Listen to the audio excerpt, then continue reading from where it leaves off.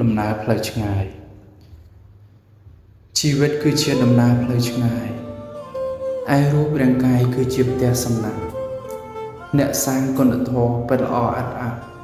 ព្រោះគ្មាននរណាម្នាក់សាងចុះបានសិលធម៌ពុំដែលចោះអ្នកដំណើរគឺមនុស្សទេតានិរាសចាកឋាន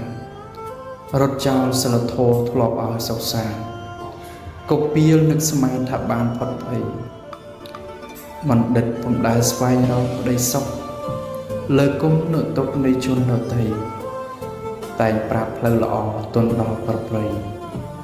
ដល់ជនគ្រប់វ័យឲ្យបានចាំចេះអ្នកដែលធ្វើទានពិតជាមានធម៌ប្រៀបដូចនាំទ្រពពីផ្ទះភ្លើងឆេះទោះផ្ទះតិចអស់គង់មានចំណែកសល់ទ្រពពិសេសសម្រាប់ផ្លូវឆ្ងាយនិពន្ធដោយឧបាសកគុយសុធនសូមអនុមោទនា